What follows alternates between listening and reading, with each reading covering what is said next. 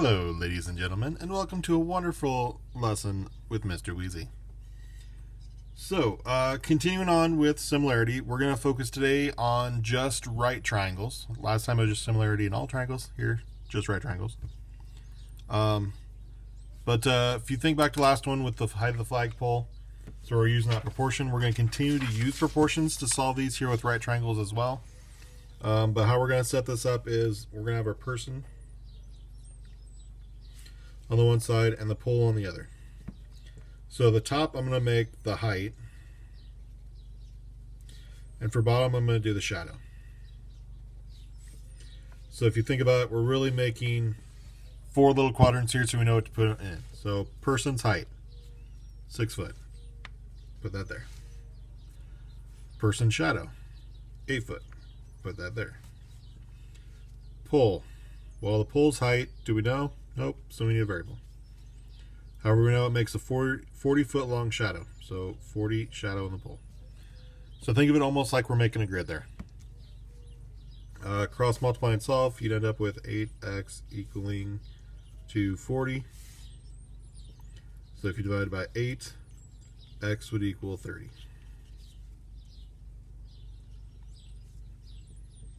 So that's how we found that, and keep in mind this is in feet. So picking up from there, so we're specifying more now just on right triangles.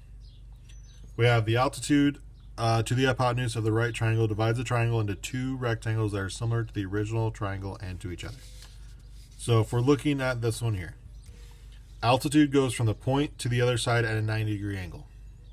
So from that point straight down to the other side. Remember, your slant side opposite the 90 here is your hypotenuse. So what this does, this makes three different triangles. So we have that triangle there, we would have that triangle there, and then our big triangle. And we're going to use those then to find different sides of this triangle. For that though, we are going to do a short little proof.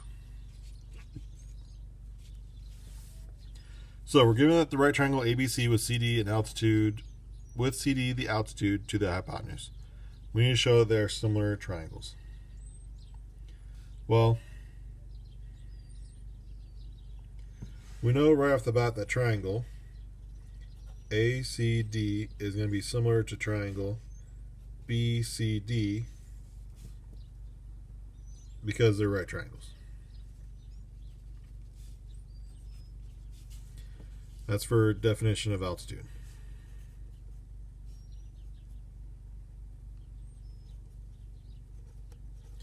Actually, you know what? I think this is a typo. This shouldn't be a similar.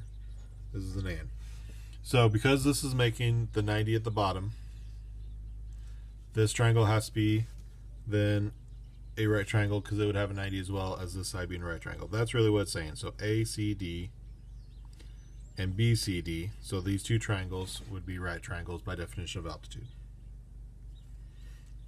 Next, this is where we're going into. We know that then that triangle ACD is similar to triangle ABC, as well as ABC, that triangle, similar to triangle CBD by that angle postulate.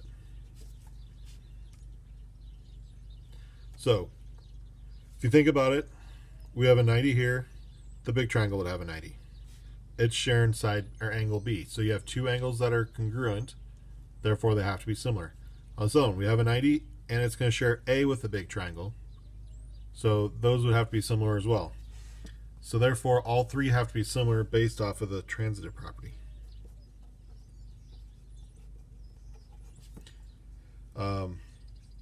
We also can see there that corresponding angles are congruent is what's listed in the filled out notes. You're really saying the same thing because that those corresponding angles are matching up. That's why it's going to end up being similar. Now to do this, we're really going to find then the geometric mean. Geometric mean is just the multiplicative average. So if what number is timesing by itself to get this here? That's really the geometric mean. So to find geometric mean, you're going to multiply them and then square root. So 4 times 18. When you multiply those two, you get 72. And then when we square root that, we end up with x equaling 6 square roots of 2. Because we could do 36 times 36 to get your 72, or 36 times 2, sorry. 36 square rooted is 6, so that's why the 6 can move out. If you put it in your calculator,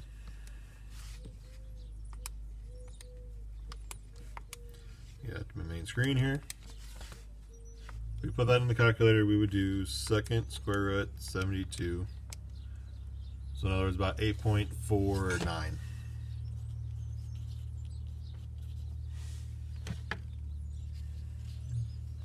So with that, we have a corollary, which says the lengths of the altitude to the hypotenuse of a right triangle is the geometric mean of the lengths of the segments of the hypotenuse.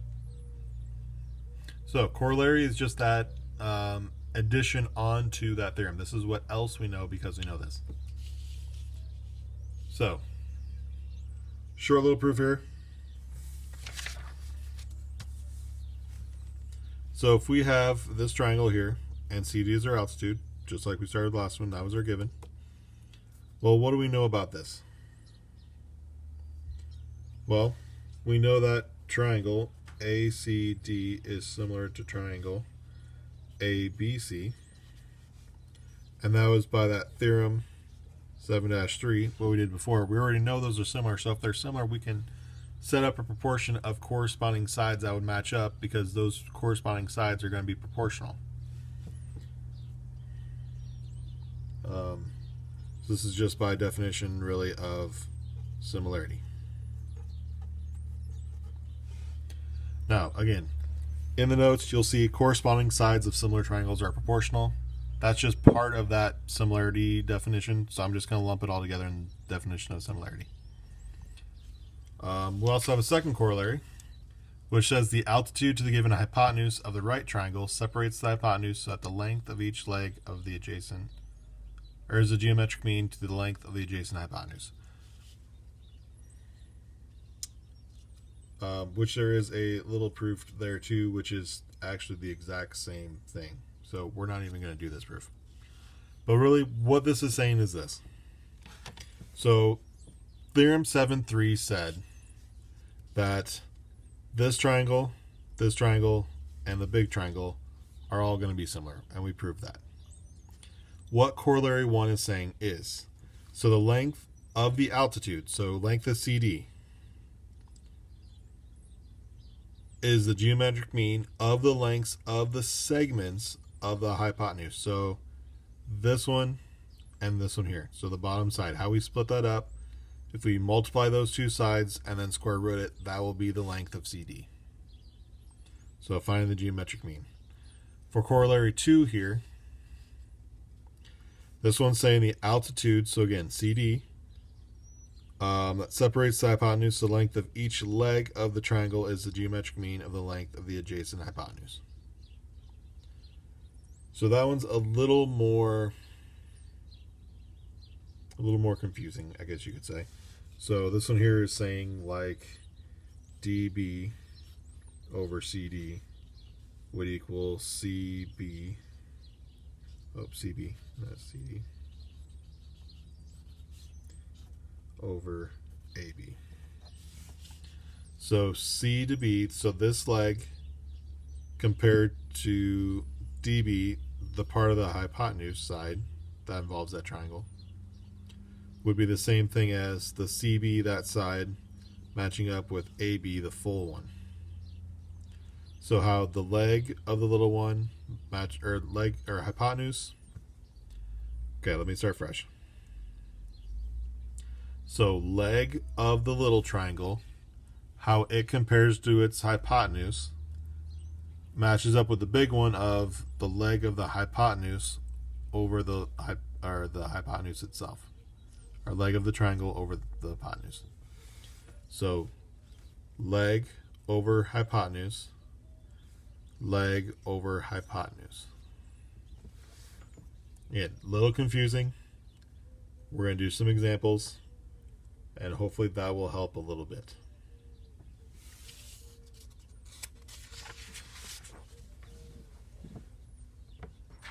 So the key with all this is really just to match up what you need to know. So sometimes it might even help to separate this all out so you can kind of see what's going on. So we would have this triangle where we have a 4, we have a y, and we have an x.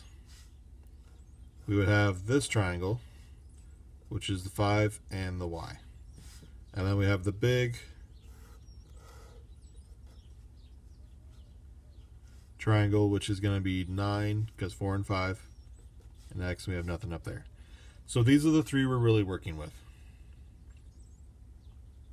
So to find x, we're going to do the two triangles that have an x, so these two right here.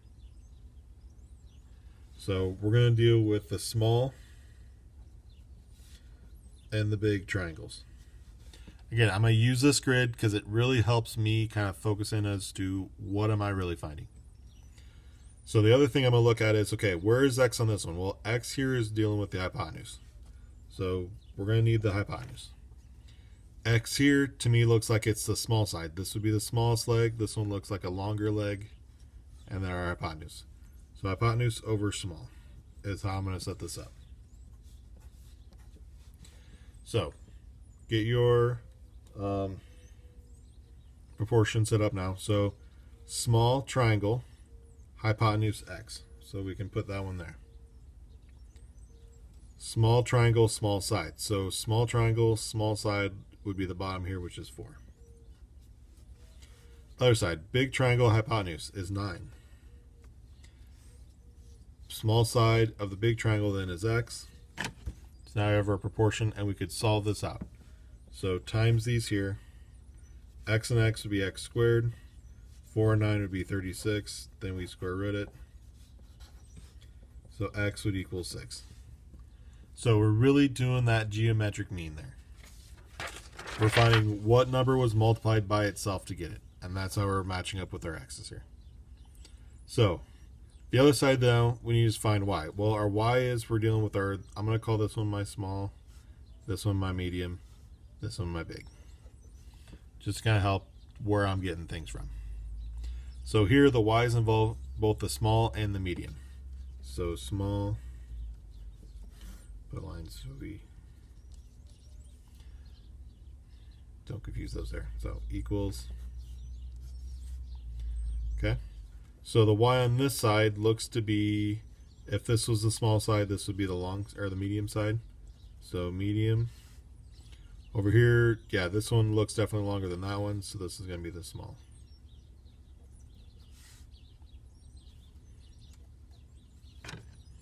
So small triangle, small side is 4. Small triangle, medium side is y. Medium triangle, medium side. Medium triangle, medium side is 5.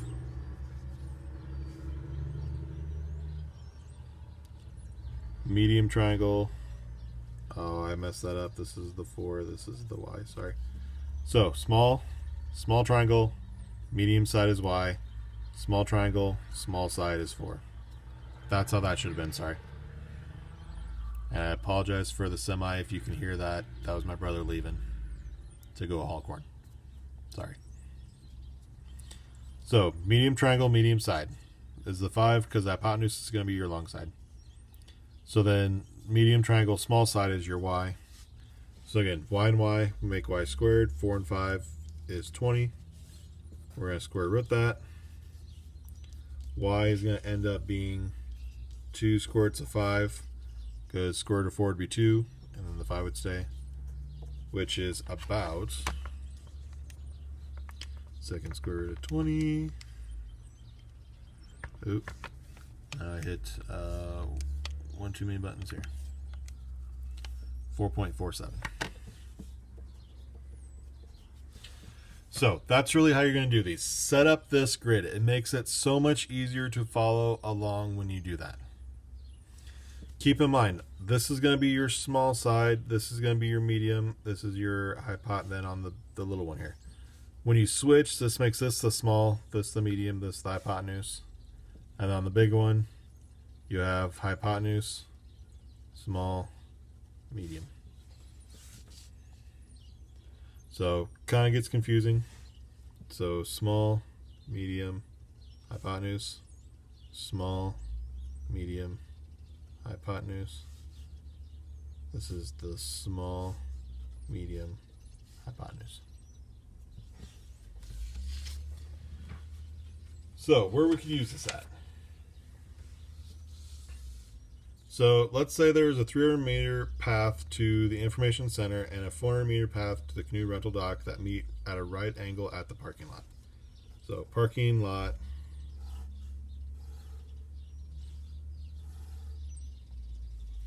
so right angle, we are 300 to the information center, so IC. This is 300 meters. This is 400 meters to the dock. So I'm just going to put D for dock. So Marlo walks straight from the parking lot to the lake as shown. So it's not really shown, but she's going parking lot, straight down, so like that. So she's right at this spot. So at that point, there's a sign that says, hey, she's 320 meters from the dock. So this side would be 320. How far is Marla for the information center? So we're looking for this side over here. Well, what two triangles involve the X? Well, the medium one here doesn't. So if I cover this up, that one doesn't have an X anywhere. That one there does, and then the giant triangle does. So we're going to work with the small and the big triangles. Okay. So on the small triangle, X then looks like it's the bottom side, so it's going to be the small side. With the big one, it's dealing with the hypotenuse. So hypotenuse. So small triangle, we have X for the small side. So small and small.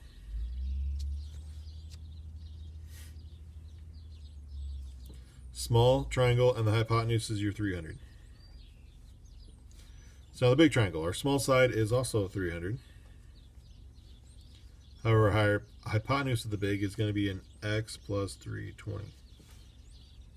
So when we cross multiply here, we're going to have X squared plus 320X equaling 300 times 300 is 90,000. So to do that, we're going to move this to this side.